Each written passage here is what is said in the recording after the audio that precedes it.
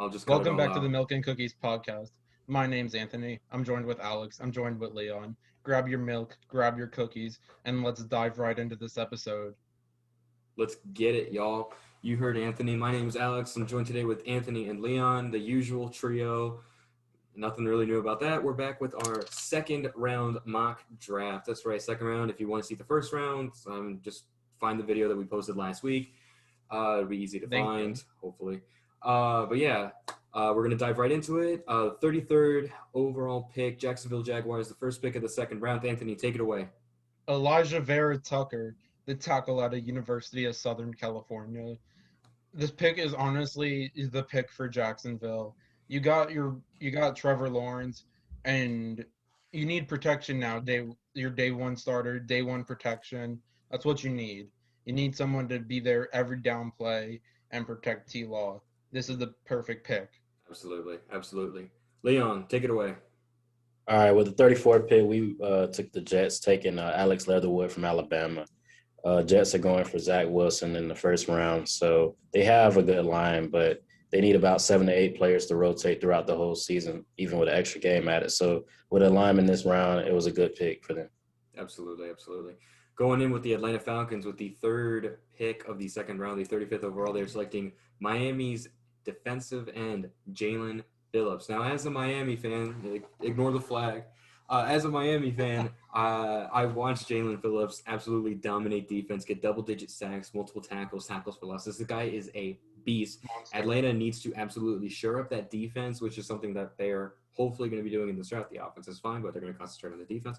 Getting Jalen Phillips, really, really young. He's 20. I think he's either 20 21, one of the youngest guys available. Certainly going to feast on that defensive line. 100% agree with that. Absolutely. Now, the Miami Dolphins select Gregory Rousseau, the edge rusher out of Miami from the U. He's another amazing defensive edge rusher. Basically the same, I would describe him the same way as Jalen Phillips, as they're both two strong mentally and physically defensive edge rushers, and this is a good pick for Miami to bolster up that defensive line. Absolutely, and especially Gregory Rousseau is he sat out during the 2020 season, which is unfortunate, but I mean, Ripperoni. redshirt And fresh. Jalen Phillips ended up taking his number, so they're both the same to me. They're pretty good. Absolutely, absolutely. They're basically the same player, except size is a very big portion of it. yeah. All right, with the Size. 37th pick, we got the Philadelphia Eagles picking Nick Bolton out of Missouri. The Eagles linebacking core has been the depth is not there, so I think Nick Bolton was a good pick for the Eagles for the 37th pick. Absolutely. All right, going in with the 38th overall pick, the Cincinnati Bengals are selecting Samuel Cosmi, the tackle from Texas. We all remember what happened to Joe Burrow with that nasty ACL injury last year. You don't want that happening. Absolutely not. They really need to shore up that offensive line. Their offensive line is probably one of the most disgusting, and I would rate it even lower than Houston's offensive line, and that says something. So getting Cosmi will surely help protect Joe Burrow and hopefully get a couple more weeks out of him before he goes down again. All right, the 39th pick, the Carolina Panthers select Jimin Davis, linebacker out of Kentucky. This player, Jimin Davis, I've seen everything. He could go second round, third round, first round, even possibility late first rounds. I've seen his highlights at Kentucky. This man, I would compare him to possibly a Devin White or a Levante David. He has that same play style as both of them. He's eager to the ball. He's aggressive. He's just a physical all-around player. I believe this is a good pick for the Panthers. All right, with the 40th pick, we had the Denver Broncos taking Jackson Carman out of Clemson. You know, he protected Trevor Lawrence throughout his college career, and now what is his name? Drew Lock needs some protection, and I think he's championship caliber. He moved right in to help. Absolutely. Alrighty, 41st pick. The Detroit Lions are going to be taking Zaven Collins, a linebacker from Tulsa. Now, this might be a Man's raw. little iffy. He is. He's absolutely raw, but that's a good thing. Raw Yeah. talent. The ceiling, the floor is. He's already at the floor, but the ceiling is super high. This guy, he's not the biggest name.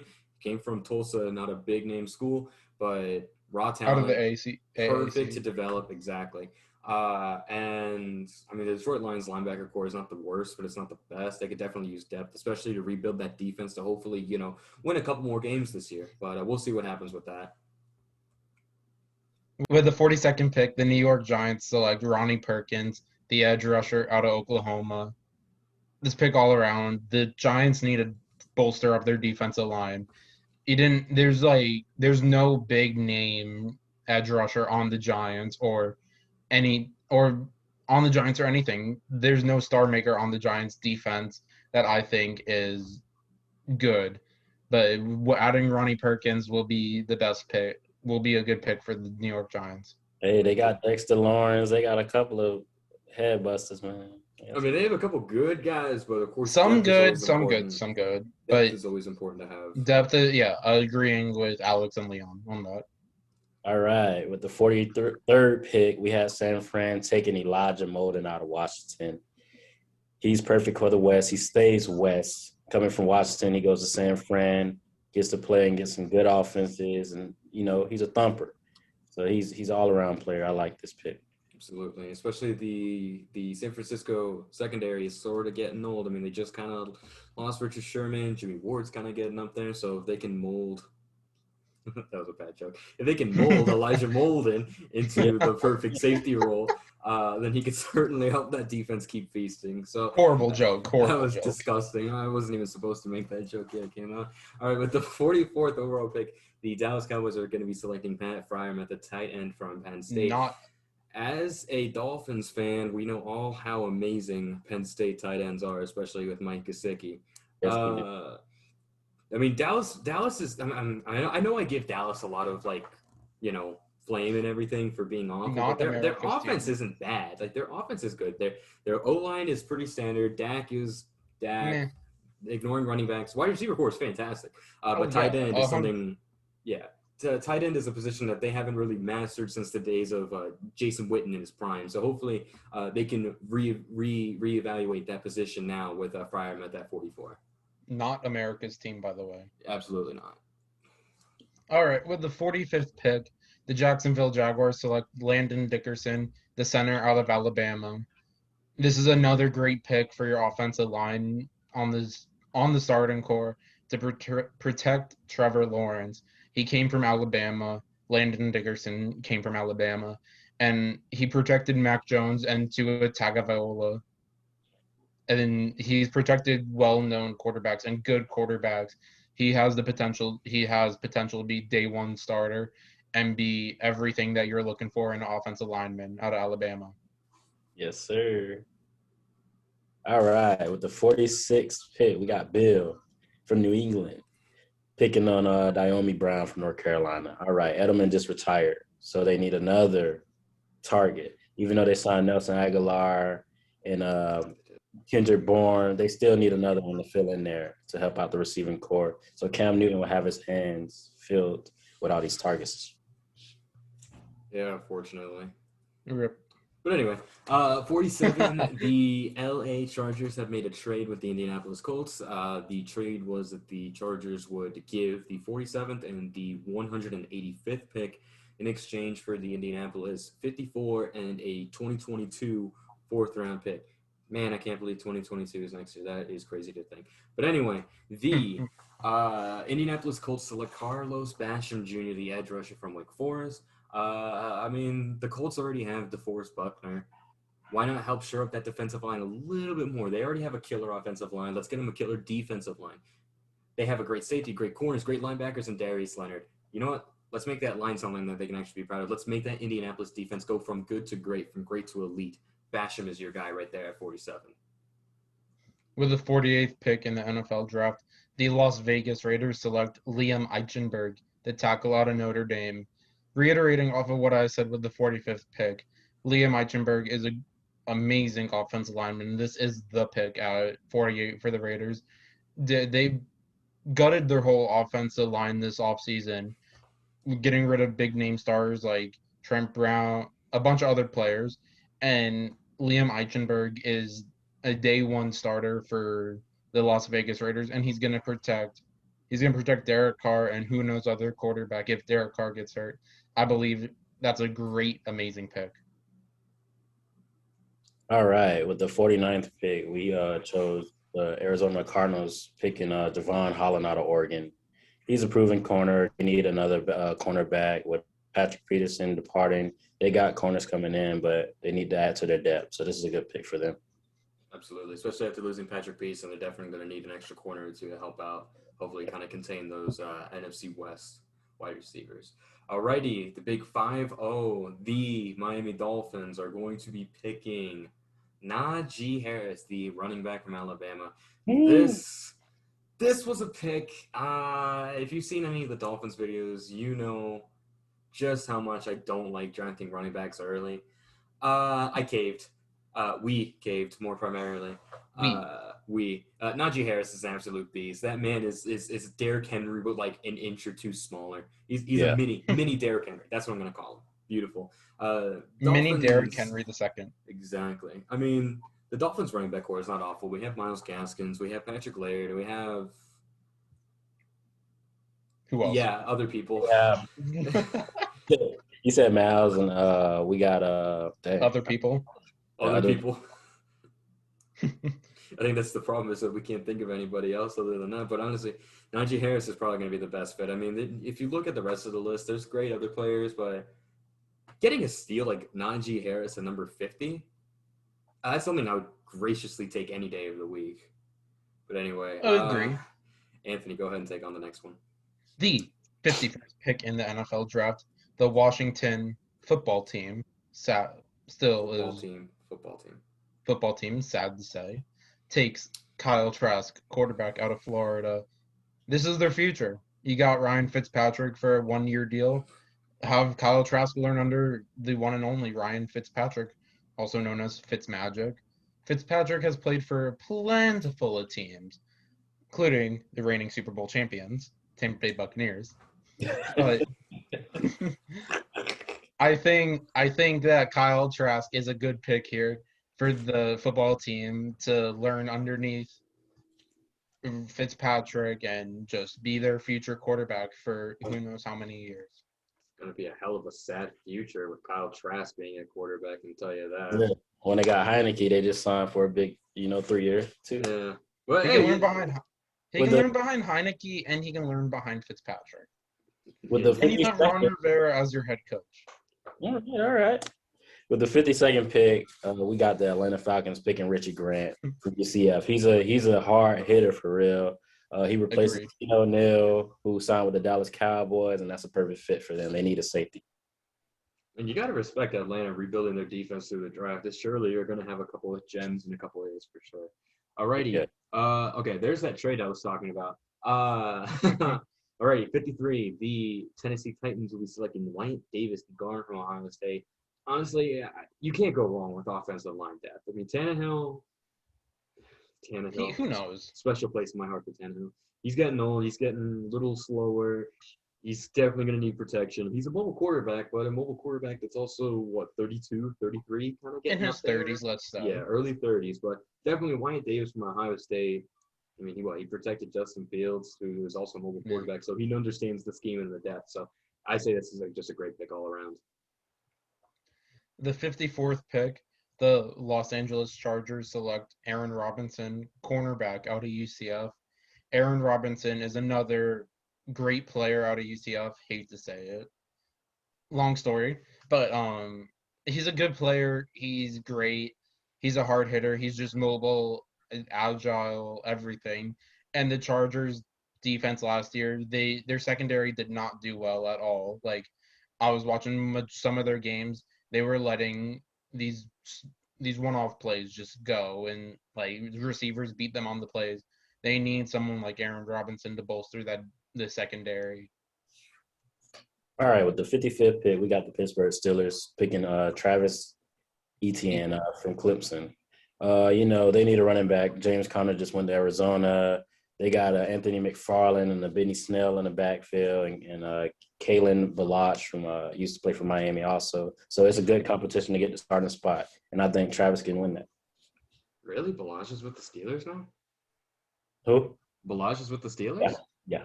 Huh. Anyway, all right, 56 overall. Every day. Yeah, no kidding. All right, 56 overall, and the Seattle Seahawks are going to be selecting Creed Humphrey, the center from Oklahoma. Let's be real here. Seattle's offensive line is disgusting. Ever since they got Russell Wilson back in 2012, Russell Wilson has been the most sacked quarterback in the league since 2012. Most They have underrated. had multiple misses on the offensive line. And honestly, Creed Humphrey from Oklahoma is probably one of their best choices available at this point, especially at center. Helps to shore up that A-gap line. Maybe they can start moving on to the B and the edge, but at least try to get one position right now, and hopefully they can get the rest of free agency to help keep Russell there and not go out in free agency. The 57th pick, the Los Angeles Rams select Jabril Cox, linebacker out of LSU. Where do I start with this? The Rams, their defense, it's there but not there. Let me just say, they're on the verge of getting great players and making that deep run and being definitely a top 5 defense in the league next year or the next season. I feel like Jabril Cox out of LSU is that pick to add depth into the linebacking core and be one of the best players that makes big time plays. And I feel like he's just one of those good players that brings everything to the table that you want, and he's going to be there to be aggressive towards the team. And he's going to be player first mentality, and he's also going to be a day one starter. Okay. With the 58 pick, we got the Baltimore Ravens picking Peyton Turnout at Houston. This is another edge rusher who's needed. Ravens defensive front, they're kind of, mid over type. So they need a young body to get there and start, attacking the floor. For sure. All right, 59th overall, the Cleveland Browns are going to be selecting Aleem McNeil, the defensive tackle from NC State. Honestly, this is probably one of my favorite picks in the late second round. The Cleveland Browns, they have This guy? Yeah, exactly. They have Jadeveon Clowney, they have Myles Garrett, they have That's it. maybe Sheldon Richardson, maybe. Yeah. I think maybe still on the team. But anyway, Aleem McNeil is surely a big body nose tackle tight end. He's sort of like a smaller build Vince Wilfork. Definitely a guy that can totally plug the run in the A and the B gaps and kind of just let the edge rushers do their own thing. So for sure, McNeil is definitely going to be a heck of a wrecking ball that go right down the middle. Agreed. The 60th pick, the New Orleans Saints select Kelvin Joseph, the cornerback out of Kentucky. Honestly, this is a good pick for the Saints because secondary and corners are something they need. When you would watch them in games this year, you would see wide receivers beating out their secondary and corners.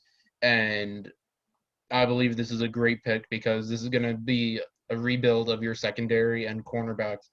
And this is where you start with Kelvin Joseph out of Kentucky. A smaller D1 school, but he's a good player.